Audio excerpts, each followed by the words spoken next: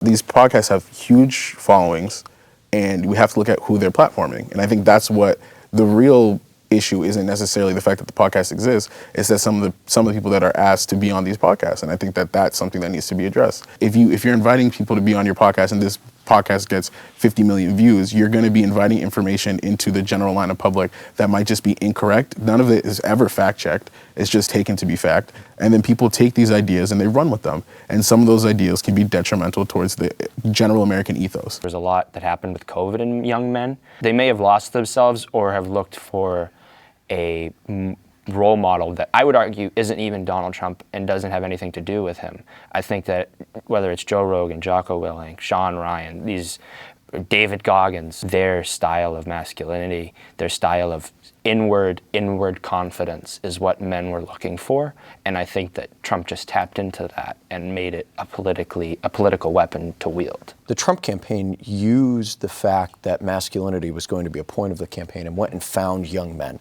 I don't think it was just a coincidence. I think they purposefully went on these podcasts like Joe Rogan. They went on, had Kill Tony come over and do all that sort of stuff.